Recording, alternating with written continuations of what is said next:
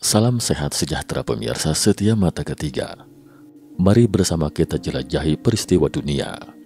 Sebagian besar dari kita pasti mengenal James Watt, Nikola Tesla, hingga Thomas Alva Edison sebagai ilmuwan sekaligus penemu yang paling berpengaruh di dunia. Mereka merupakan ilmuwan yang mampu mengubah persepsi orang-orang tentang masa depan dengan karya dan penemuan yang mereka hasilkan. Pada Desember 1918, Akademi Ilmu Pengetahuan Kerajaan Swedia menganugerahkan hadiah Nobel Kimia kepada seorang Jerman yang baru ditambahkan ke daftar penjahat Perang Dunia I. Kabar ini seketika membuat heboh komunitas ilmiah. Asal tahu saja, Perang Dunia Pertama adalah perang yang menggunakan gas kimia dalam skala besar untuk pertama kalinya dalam sejarah manusia, menyebabkan lebih dari 1 juta orang tewas. Dan orang yang menggunakan gas beracun di medan perang ini adalah seorang ilmuwan Jerman peraih penghargaan Nobel ini. Mengapa dia mendapat kehormatan tertinggi di bidang kimia? Karena dia tidak hanya tukang jagal, tetapi juga membuat roti yang pernah menghidupi setengah populasi dunia. Dia adalah ahli kimia Jerman Yahudi yang akan kita bahas hari ini, Fritz Haber. Apakah dia seorang malaikat yang turun ke bumi atau iblis dari neraka? Dan bagaimana ceritanya sampai penjahat perang seperti itu bisa ditebus dengan kontribusinya? Berikut kita kilas balik dulu ke tahun 1868, melihat kembali perjalanan hidup Fritz Haber yang kontroversial. Profil singkat Fritz Haber. Pada 9 Desember 1868, Fritz Haber lahir di Breslau, Jerman, sekarang Wrocław, Polandia, dalam keluarga Yahudi yang kaya. Ibunya meninggal karena komplikasi persalinan 3 minggu setelah Haber lahir. Ayahnya adalah seorang pengusaha Yahudi Jerman lokal yang sangat terkenal, membuka sejumlah perusahaan kimia, terutama bergerak di bidang pewarna, cat, dan obat-obatan. Mungkin sang ayah menyalahkan Haber yang baru lahir atas kematian istrinya. Jadi begitu Haber lahir, dia menitipkan anak itu kepada keluarga adik perempuannya, sementara dia fokus pada karirnya dan jarang pulang ke rumah. Ketika Haber berusia 6 tahun, ayahnya menikah lagi, dan setelah itu, Haber memiliki 3 saudara perempuan tiri.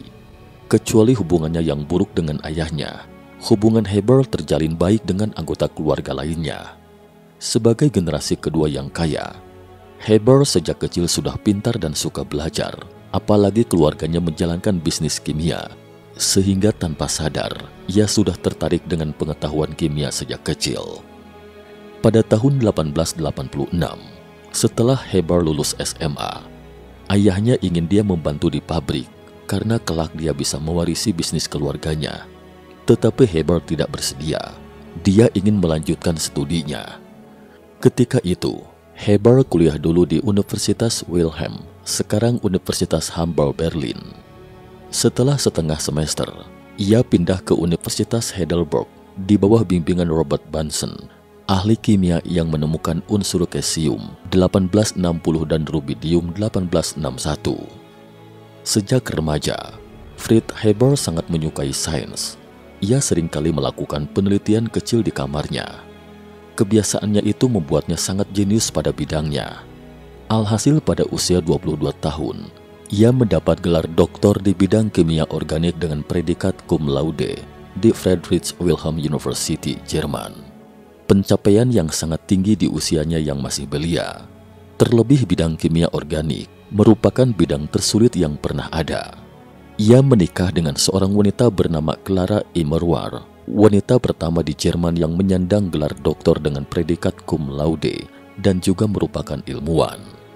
Kemudian Haber ke perguruan tinggi teknik, sekarang Universitas Teknik Berlin, di mana ia menjadi mahasiswa kimiawan Karl Liebermann.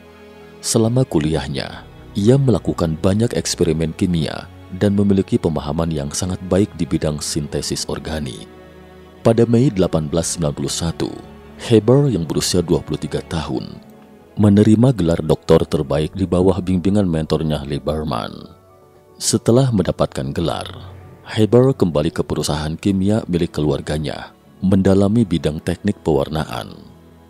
Namun baru beberapa hari bekerja, Haber selalu bertikai dengan ayahnya dan sulit untuk berhubungan secara normal, apalagi bekerja secara harmonis.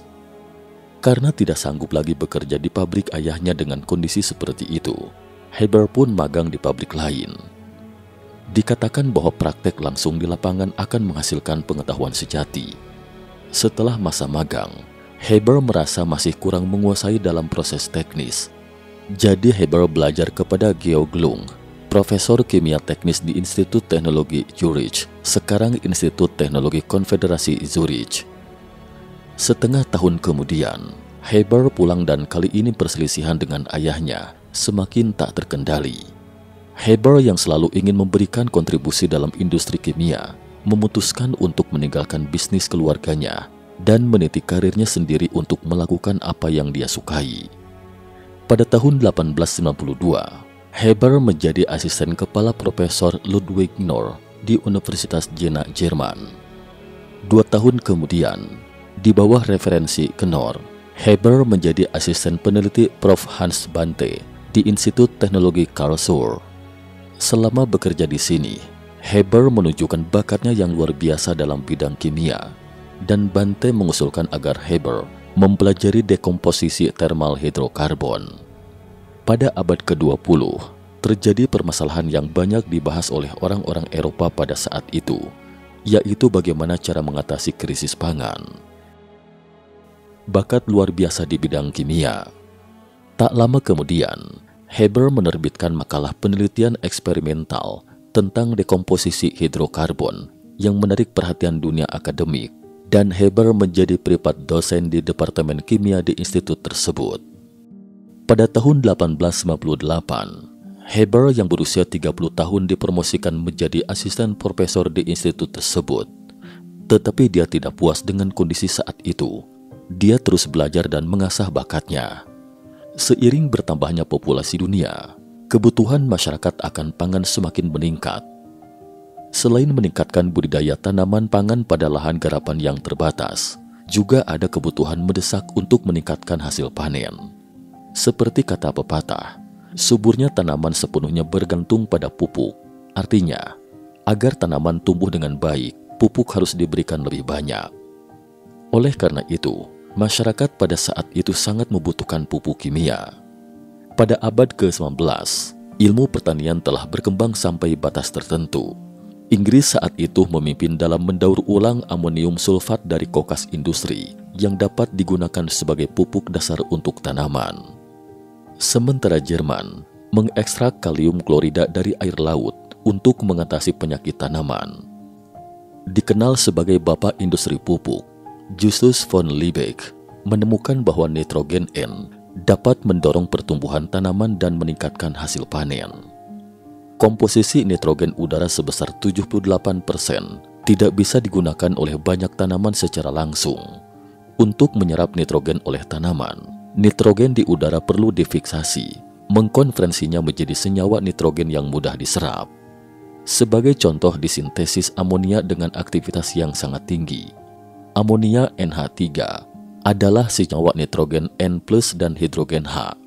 Amonia NH3 mudah larut dalam air dan menghasilkan kation amonium NH4+ yang dapat langsung diserap oleh tanaman menjadi pupuk tanaman. Melalui sejumlah besar percobaan menunjukkan bahwa amonia sintetik adalah satu-satunya metode yang dapat mengikat nitrogen dan juga merupakan pupuk yang paling menjanjikan yang ekonomis dan banyak digunakan dalam produksi pertanian. Oleh karena itu, amonia sintetik menjadi topik penelitian populer di dunia akademik pada waktu itu. Sebenarnya tidak sulit untuk mensintesis amonia, tetapi sulit untuk mensintesisnya sambil memenuhi 2 indikator produksi skala besar dan ekonomis. Pada tahun 1895, proses komersial pertama di dunia untuk mengikat nitrogen lahir. Teknik awal yang menggunakan suhu 1000 derajat Celcius dalam tekanan normal dirasa tidak efektif, hanya menghasilkan 0,0044% amonia. Formula sintetis. Pada tahun 1908, Haber memperbaharui teknik fiksasi dari ahli kimia Perancis, Henry Louis Chatelier, dengan tekanan tinggi 200 atm. ATM adalah tekanan atmosfer dengan suhu yang tidak terlalu tinggi 600 derajat Celcius, serta katalis kimia osmium untuk menangkap nitrogen dan mengikatnya menjadi senyawa amonia yang nantinya dapat diubah menjadi pupuk. Efisiensi dari hasil amonia 0,0044% meningkat menjadi 18%. Namun dalam proses itu, oksigen tercampur ke dalam reaktor, menyebabkan peralatan meledak dan seorang teknisi hampir tewas karenanya. Mengingat bahaya percobaan tersebut, penelitiannya akhirnya berhenti di situ. Reaktor kimia itu juga membuatnya berbenturan dengan kesuksesan. Saya membiarkan penemuan amonia sintetis lolos dari saya. Ini adalah kecerobohan terbesar dalam karir penelitian saya, kata Henry Louis ketika itu. Meskipun fiksasi nitrogen ekonomis telah dicapai, tapi jalan masih panjang untuk memindahkan proses produksi amonia ini dari laboratorium ke pabrik untuk produksi amonia sintetis skala besar. Ide fiksinya kemudian menjadi industri massal pengadaan pupuk oleh perusahaan BASF, perusahaan kimia terbesar di dunia yang dimotori ilmuwan Carl Bosch. Karena itulah, nama fiksasi nitrogen sekarang dikenal dengan proses Haber-Bosch. Proses Haber-Bosch adalah salah satu pencapaian terbesar pada abad ke-20. Dulunya produksi pupuk sangat bergantung pada deposit amonia di alam yang terbatas.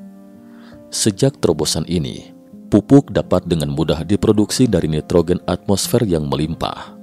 Produksi pangan langsung meningkat, krisis makanan teratasi, manusia terhindar dari kepunahan. Kini hampir 100 juta ton pupuk dari nitrogen sintetik diproduksi setiap tahunnya.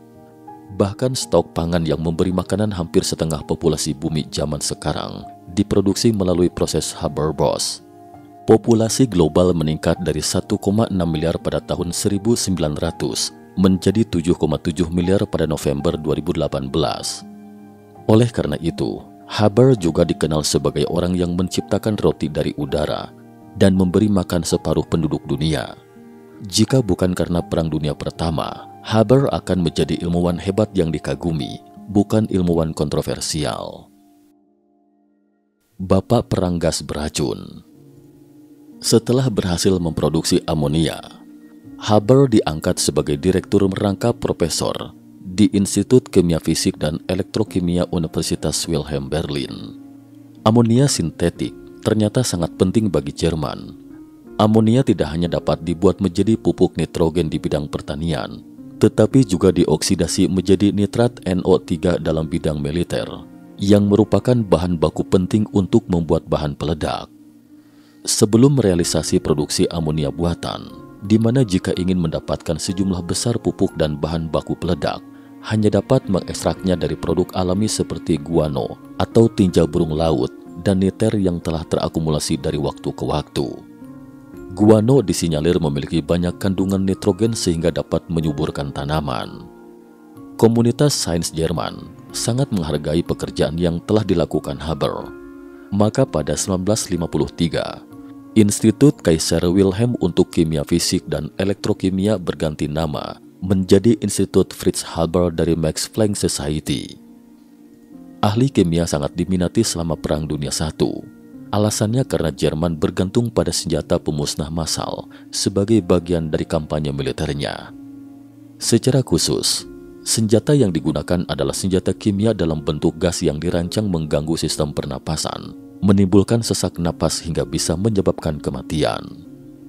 Haber sangat terlibat dalam pengembangan senjata ini. Proyek akhirnya ini membuat pria ini dikenal sebagai bapak senjata kimia dunia. Jenis senjata kimia yang paling digunakan adalah gas klor.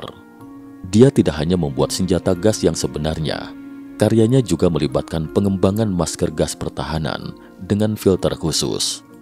Pada paruh kedua abad ke-19, blokade suplai nitrat dari Chili, produsen terbesar nitrat alami pada masa itu oleh Angkatan Laut Inggris, tidak serta-merta membuat Jerman lumpuh. Hasil penemuan Haber, fiksasi amonia dari udara, menjadi kunci penting kemenangan Jerman di awal perang. Metode Haber selain membuat tanah subur dengan pupuk, juga menyediakan suplai amonia untuk pembuatan mesiu. Kini dengan metode pembuatan amonia yang ditemukan oleh Haber, orang Jerman dapat membuat pupuk dan peluru artileri di rumah.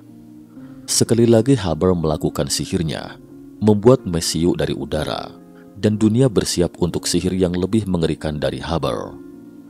Haber hidup pada masa semangat penyatuan Jerman dan nasionalisme yang dimotori oleh Otto von Bismarck menderu-deru.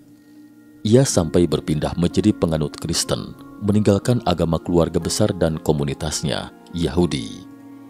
Kepindahan Haber ini mungkin erat kaitannya dengan slogan Jerman Bersatu yang meniadakan loyalitas dan afiliasi dengan hal-hal lama dan totalitas pengabdian untuk Jerman.